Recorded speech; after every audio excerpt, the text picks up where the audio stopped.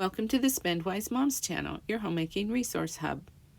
If you stay at a Hilton Grand Vacation Club property, to get your parking pass, you now have to go to the concierge desk. When you do, they will ask you if you want to do a presentation. First, they offered us plane tickets.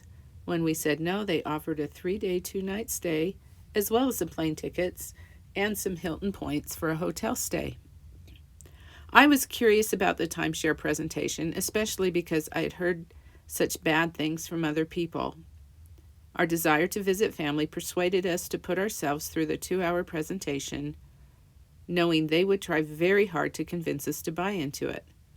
On the spot, they ask you for a credit card to charge you $50 to hold your place. If you don't show up, you lose the money. If you do show up, it is refunded back to you. There are different packages that they offer, but we found out later that the places to travel are very limited, and some of the packages aren't even available. It was rather disappointing. Most travel they allow is done between Sunday and Tuesday, and they tell you when you can travel instead of you telling them when you want to be traveling. When I first got there, I got the impression that I could travel on Delta and get to Orlando and stay in a nice resort there. Not the case. They actually don't have any options with airports leaving out of Montana. I asked about Salt Lake, and my only option there was to go to Las Vegas. So, we aren't able to use the airline tickets, and we're still working on whether we can get a hotel for 2 nights. The choices of hotels are limited, and many times they put you in a cheaper hotel, not the resort. You have to pay $69 per person for the airline tickets, and for the hotel, you have to pay $69 for the stay and any charges the hotel adds to that. Like if they can find you a resort to stay in, then you have to pay the resort fees on top of that. Just be aware of these things so you can make a good decision. They had a package for amusement parks, but when we asked about it, after they wouldn't fly us out of Montana, they said it wasn't available. And I don't know if that is because they have limits. I met some people on the elevator that were so mad after going to a presentation. They told me about their experience, and I really wondered if I should back out. But I wanted to see for myself. Before we went there, my husband and I promised each other that if one of us were to cave in, they would have to pay the other one $1,000.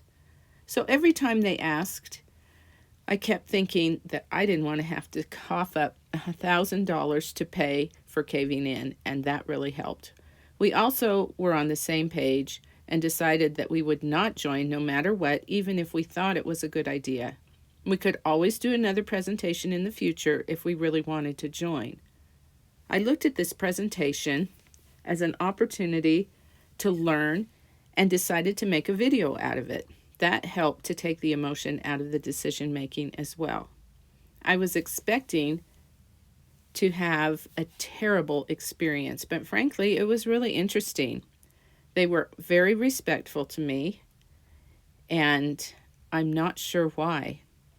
But maybe it's because I took a lot of notes and asked a lot of questions. I figured how much we spent on our vacations ahead of time, and they couldn't match that price. I don't think they expected us to be so engaged. One thing the angry couple said was that they told them that you couldn't stay in a Hilton Grand Vacation property without being a member. That isn't true. I've stayed in 2 on our trip because I got a great price, and I am not a member. The new system that Hilton has is very interesting. They focus on points and not money. The bottom line is that you do have to pay money, though, to get the points. They offered us one package, and I showed him how it wasn't a good deal for us. Remember, it's not just paying for the package. There is a yearly fee as well. You really don't own part of a timeshare, like maybe in the past. You buy out someone else's timeshare, and you just get points to use at Hilton properties. He showed me a second package that cost less. Once again, I did the math and showed him that it really wasn't worth it. He brought back a third package that frankly was a good deal for us. But we had decided ahead of time that we wouldn't make an emotional purchase, and this presentation was just for information. I didn't want to have to pay my husband $1,000 for caving in, and he didn't want to have to pay me $1,000 for caving in, like we had agreed in the beginning. It helped us to keep our wits about us by making that silly deal. When presented with the third option, I told the guy that it was a good deal, but that we didn't make emotional decisions. He said it would be gone if we didn't get it that day. I told him, well, I guess I'll just have to let it go then. Last of all, he sent us to the head guy who offered us a package where we could just try out the program for $1,700 and get a certain number of points to use for our vacations.